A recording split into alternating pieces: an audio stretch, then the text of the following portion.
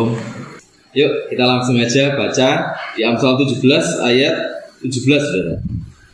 Seorang sahabat menaruh kasih setiap waktu dan menjadi seorang saudara dalam kesukaran. Ya. Nah, kita kadang-kadang berpikir gini kan, ada yang bilang, oh punya sahabat. Nah, menurut saudara, sahabat itu yang kayak apa, saudara? Teman baik atau koncoplek atau gimana? Teman baik, iya, teman baik. Terus ada lagi yang lain? Kenapa? Oh, teman dalam suka dan duka. Oke, gitu ya. Terus ada lagi, saudara? Yang lain mungkin? Yang mengerti isi hati. Oke, nah itu banyak ya definisi menurut kita. Sahabat itu yang bagaimana? Ya mulai anak-anak, bocil-bocil itu ya, sampai yang sudah lanjut usia, terus termasuk kita yang dewasa muda, itu pasti punya sahabat semua, ya kan? Pasti kita punya sahabat. Nah, kita akan sama-sama merenungkan, saudara. Menurut Amsal itu yang bagaimana? Ya, masih relevan nggak sama zaman sekarang? Zaman sekarang orang berteman itu banyak kepentingannya, ya kan? Banyak kepentingannya. Kalau nggak ada urusannya nggak berteman, gitu ya. Kalau ada pentingnya baru mau ikut berteman, mau ikut gabung kemana gitu. Tapi perlunya selesai sudah nggak mau berteman lagi, ya kan? Banyak yang kayak gitu sekarang. Nah, kita akan sama-sama renungkan. Nah, saudara, Amsal 17 ayat 17 itu menarik sekali ya. Amsal ini ditulis di eranya Salomo, saudara. Di eranya Salomo. Nah, waktu itu kondisi itu makmur. Ini periode makmur, periode yang stabil, nggak ada perang. Perangnya itu sudah waktu zamannya Daud. Daud itu yang buka jalan untuk Salomo, ya. Daud itu yang mengalahkan raja-raja, ya. Nah, Salomo meneruskan. Ini warisannya Daud. Jadi periodenya Salomo itu periode yang makmur sekali, juga periode yang stabil, secara politik stabil, secara ekonomi juga stabil gitu ya. Nah, masyarakat waktu itu masyarakat yang agraris. Agraris itu masyarakat yang ini petani, saudara ya. Petani, ada peternak juga gitu. Nah, hubungan seperti itu mempengaruhi bagaimana mereka nanti punya pola hidup. Nah, nanti kita akan lihat sama-sama. Nah, struktur masyarakatnya waktu itu, saudara, itu struktur masyarakat yang baik di kota, baik di desa, itu punya hubungan yang erat antar warganya, gitu. Punya hubungan yang erat. Jadi itu bukan masyarakat yang terisolasi. Nah, kita akan lihat sama-sama, saudara ya, hubungannya mereka itu yang bagaimana di dalam zaman waktu itu. Apa yang mereka pikirkan tentang persahabatan? Ya, kita ingat bahwa ini masyarakat yang agraris atau masyarakat yang mereka petani, di ladang, mereka juga peternak, punya domba-domba. Nah, apa hubungannya dengan persahabatan? Nah, saudara, sahabat itu rea, bahasa Ibraninya. Itu bukan cuma teman secara umum, ya, tapi ini teman yang memiliki kasih yang konsisten, kasihnya stabil. Tapi bukan cuma sampai di situ. Kasihnya itu mencerminkan kasih Allah, gitu loh. Jadi hubungannya ini bukan cuma sekedar, oh aku dekat sama kamu, gitu ya. Oh aku sama kamu ini koncoplek lah, kita saling mengerti, gitu ya. Tapi dalam Amsal itu digambarkan gini. Ini teman yang kasihnya itu terus menerus, ada terus menerus. Tapi bukan cuma kasih yang sembarangan, saudara. Tapi ini pertemanan yang mencerminkan kasih Tuhan. Nah, jadi sejak dari awal tuh segitu pemikirannya Salomo, ya saudara ya. Nah, kemudian kasihnya ini, bagaimana mereka memancarkan kasih Tuhan untuk orang yang dekat sama mereka ini, itu ada di segala waktu. Tadi kayak katanya Yesusan, itu teman dalam suka dan duka. Ini teman waktu seneng, waktu nggak seneng, waktu sedih, waktu apapun, ya. Hubungannya personal, sangat dekat sekali mereka, sangat dekat sekali.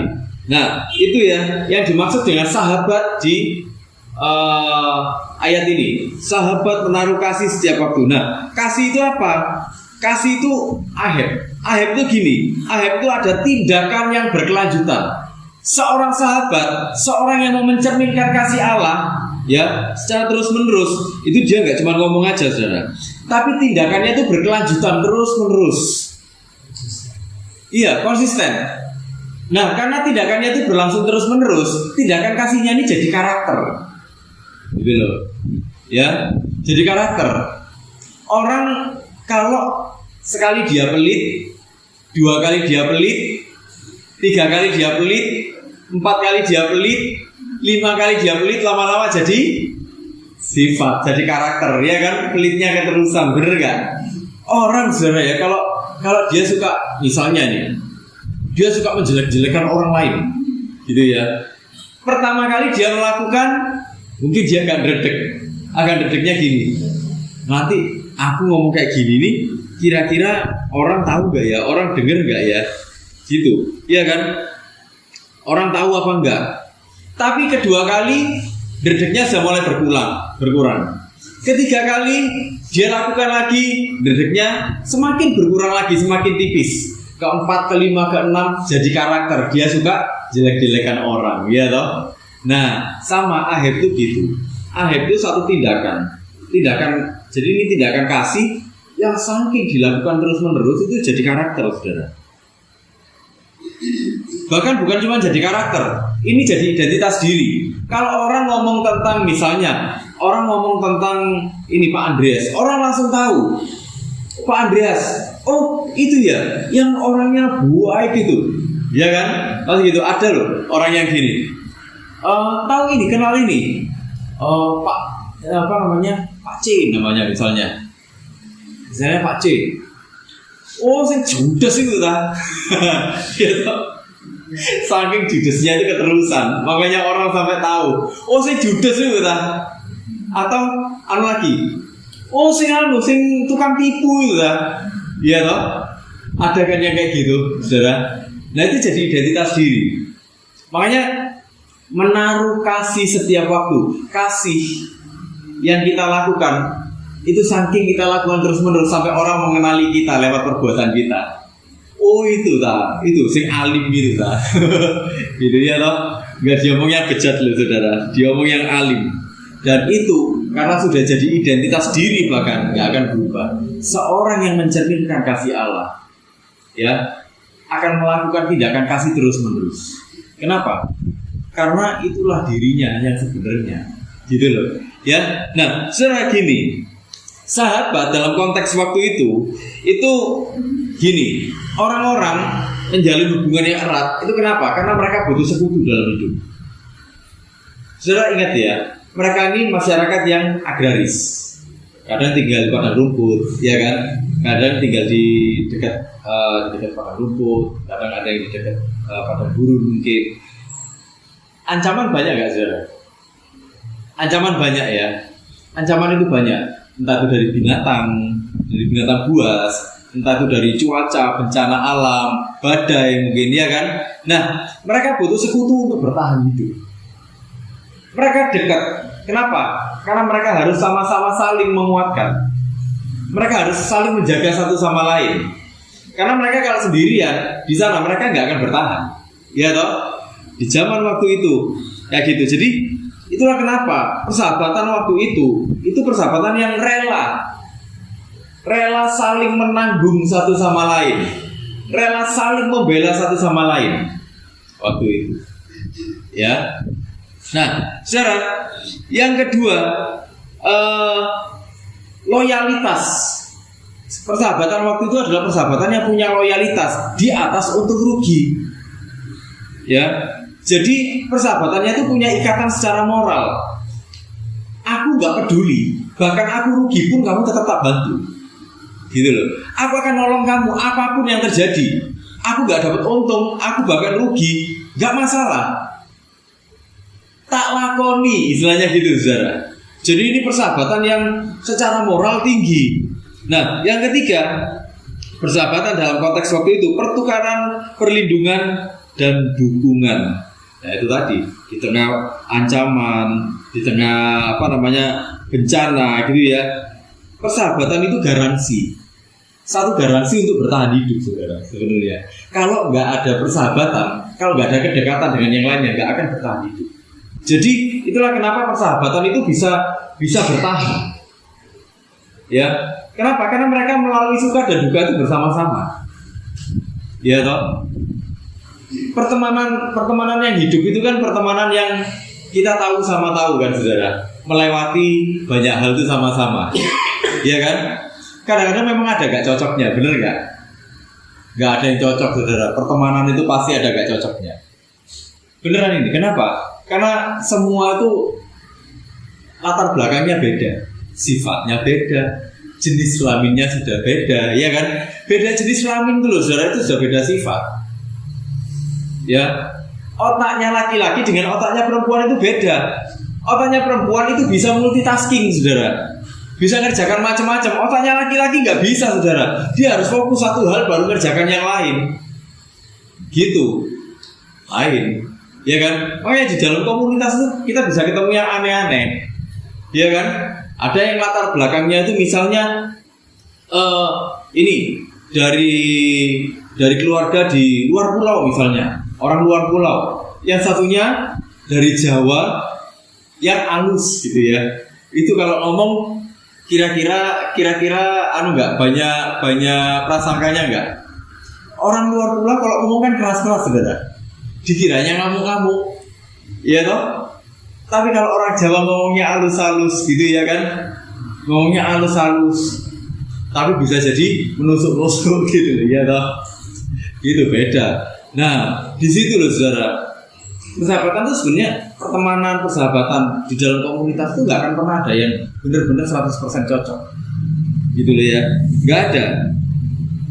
Tapi itulah kita bisa belajar dari orang-orang di zaman itu. Kenapa mereka kok mau menjalin satu persahabatan yang bahkan nggak ngitung untung rugi. Mereka bahkan mau melakukan tindakan kasih. Jadi konteksnya Salomo itu sudah ngomong soal tindakan kasihnya. Kamu beribadah kepada Tuhan, ya. Kalau kamu beribadah kepada Tuhan, kasihmu kepada Tuhan itu kelihatan kepada sahabatmu. Nah, gitu. Jadi Salomo sudah langsung menunjuk kepada itu. Itulah kenapa persahabatan itu seperti asuransi waktu itu, saudara. Seperti asuransi untuk bertahan hidup. Ini satu garansi, saudara. Bahwa kalau kamu punya sahabat, kamu akan bertahan. Sama dengan hari ini sebenarnya. Saudara, kalau kita nggak punya orang yang ada di dekat kita, kalau kita nggak ada orang yang bisa saling menguatkan dengan kita nggak akan bertahan. Berapa banyak kasus orang-orang yang bunuh diri, saudara? Kenapa? Karena mereka nggak ada tempat untuk mencurahkan apa yang jadi masalah dalam hidupnya mereka. Nggak ada tempat untuk ngomong, nggak ada tempat untuk berbagi. Orang depresi karena apa? Orang stres karena apa? Nggak ada tempat untuk ngomong. Gak ada tempat untuk berbagi, ya toh. Makanya sepanjang kita punya kesempatan untuk berbagi, yuk kita sama-sama berbagi. Sepanjang kita punya kesempatan untuk saling menguatkan, ayo kita sama-sama saling menguatkan. Nah, tapi persahabatan menurut Amsal kan dibilang gini, seorang sahabat menaruh kasih setiap waktu. Artinya apa? Setiap waktu itu berarti timeless. Timeless itu kapanpun, dalam keadaan apapun, suka duka, ada terus persahabatan itu. Ya, kita pasti punya kan teman yang akrab kan. Sekarang kita berteman akrab itu udah berapa lama? Ya kan? Kalau kita punya teman yang akrab kan kayak gitu. Kalau kita renung-renungkan lagi, kita pikir-pikir lagi, sudah berapa lama berteman? Ya toh? Nah, kalau sudah lama berteman, berapa lama sih bertemannya? Oh, udah lama, 15 tahun. Atau 20 tahun, 25 tahun. 25 tahun tuh ngapain aja? Pasti pernah gotok-gotokan, pernah. Ya kan? Gak cocok pernah, godok pernah. Ya toh, bener gak? Ini realita kan? Bahkan yang sudah usia itu loh, saudara, itu ada gotok-gotokannya. Iya toh? Gak ada yang steril, saudara. Tapi ya itulah, waktu kita bersahabat dalam konteks kita ini itu ekspresi dari kasih Allah dalam hidup kita. Kita melakukan melakukan tindakan kasih. Ada sesuatu yang namanya itu saling. Nah, disitulah yang namanya persahabatan menurut Amsal itu akan teruji oleh waktu. Waktunya yang paling menguji itu apa, saudara? Di titik terendah. Nah, di titik terendahmu, gitu ya, menurut Amsal, di titik terendahmu siapa yang ada bersama dengan kamu, gitu loh. Di titik terendahmu siapa yang mengasihi kamu? Di titik terendahmu siapa yang mendukung kamu? Di titik terendahmu siapa yang mendukung kamu? Siapa yang berdoa untuk kamu? Siapa yang mendengarkan kamu? Gitu loh.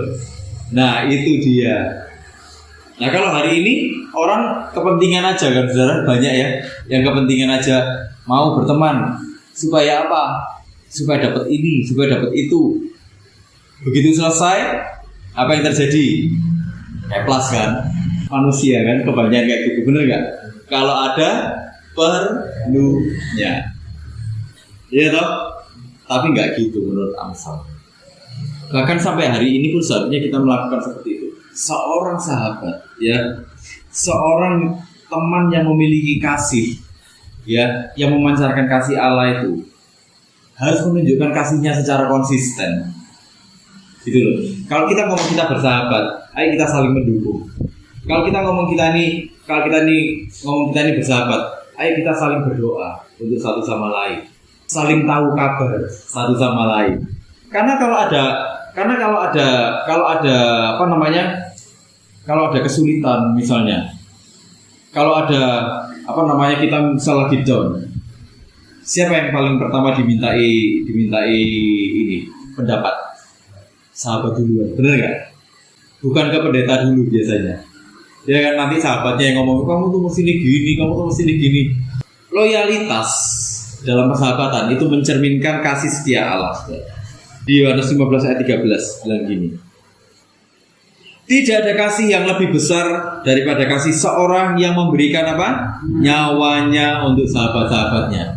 Yesus itu contoh tertinggi. Dia bilang bahwa kita ini sahabat-sahabatnya loh, saudara. Dia kasih kita contoh. Ada orang yang ngasihkan nyawa untuk sahabat-sahabatnya, saudara? Nggak ada, ya kan? Cuman Yesus aja loh mau mati tersalib. Kita di sini pernah nemu yang kayak gitu, saudara? Nggak ada. Yang ada yang kayak tadi itu, yang saya cerita tadi. Begitu ditanya kabarnya kayak plus. Tapi kalau pas waktu ada perlunya, itulah egoismenya dunia modern, saudara. Dunia modern ini semuanya itu serba kepentingan. Kepentingannya apa? Tapi kasih Tuhan kita bisa lihat. Dia sendiri ngajar kita. Yesus yang nyata dalam sejarah itu disalib betulan, saudara. Nyata di dalam sejarah. Di dalam catatan sejarah ada catatan bahwa Yesus memang benar-benar disalib. Artinya apa? Tuhan kita itu datang ke dunia ngasih kita contoh yang nyata loh, saudara. Ya kan? Ngasih kita contoh yang nyata. Seperti itulah persahabatan. Itu bentuk kasih yang tertinggi. Nah, kita ada di sini, ini sama-sama ini ya. Kita ada di sini satu komunitas bersama-sama. Yuk kita saling mendukung. Yuk kita saling saling berdoa untuk satu sama lain. Kita nggak kuat kalau berdiri sendiri. Manusia sejak dari awal tuh makhluk sosial, saudara. Bukan makhluk yang soliter, yang sendirian. Manusia nggak bisa hidup sendirian. Adam waktu hidup sendirian dia bingung kan, nggak ada yang diajak ngomong. Kajak ngomong gajah nggak nyambung, kajak ngomong jerapah nggak nyambung. Ketemu komodo apalagi nggak nyambung. Iya toh. Nah, Tuhan kasih sesama manusia. Itulah masyarakat yang pertama waktu itu. Iya toh. Adam mulai curhat, mulai cerita dan seterusnya. Artinya apa, saudara? Persahabatan itu adalah nilai-nilai yang mencerminkan kasih setia Allah di dalam hidup kita. Kita bisa setia sama orang, kita bisa mendukung orang, itu bukan karena kita, tapi karena kita ini sudah melihat kasih Tuhan di dalam hidup kita, saudara. Makanya kita bisa mengasihi orang lain, gitu ya. Nah, kemudian dibilang gini, saudara. Di Amsal bilang gini lagi, dan menjadi seorang saudara dalam kesukaran. Ya, dalam konteks kuno, saudara kandung itu punya kewajiban sosial dan moral untuk menolong anggota keluarga yang di dalam kesukaran. Justru bagi mereka, waktu mereka bisa mendukung saudaranya yang ada di dalam kesukaran, itu adalah satu kehormatan. Nah, saudara, kenapa kok Salomo terus akhirnya memasukkan unsur persaudaraan di sini? Saudara, seorang sahabat itu ujiannya waktu ada dalam kesukaran, bener ya? Tadi kita sudah bahas ya. Seorang sahabat itu ujiannya waktu ada dalam kesukaran. Waktu ada dalam kesukaran, dia ada nggak bersama-sama? Gitu ya. Nah, waktu bersama-sama ini, saudara, gini, selalu ada setiap waktu. Itu konteksnya umum. Ya memang persahabatan ya kayak gitu. Tapi ujiannya adalah di sini. Waktu ada dalam kesukaran. Waktu ada dalam kesukaran, persahabatan itu harus menjadi lebih dekat lagi. Gitu loh maksudnya Salomo. Kenapa? Karena adalah suatu kehormatan. Waktu kamu ada di dalam kesukarannya sahabatmu, kamu ada bersama-sama dengan dia, kamu mendukung dia, kamu menggandeng tangannya dia, kamu berdoa untuk dia, kamu menunjukkan kasihmu kepada dia. Itu adalah satu kehormatan. Nah, menurut Salomo kayak gitu, saudara. Kalau sekarang enggak ya, saudara, banyak yang lari ya. Waduh. Jadi lagi bergumul ya. Minggir sik. Nah, dimintai tolong makan aku. Iya toh? Banyak yang kayak gitu toh, saudara ya. Kalau waktu enggak bergumul, dekatnya minta ampun. Kemana-mana ayo. Dikit-dikit ditelepon. Begitu bergumul, ditelepon nggak pernah tanya kabar, nggak pernah ketemu di supermarket. Minggir sih. Ojo sih. Iya toh? Ya kayak gitu kan, saudara. Yang zaman sekarang tapi kalau di sini nggak ada.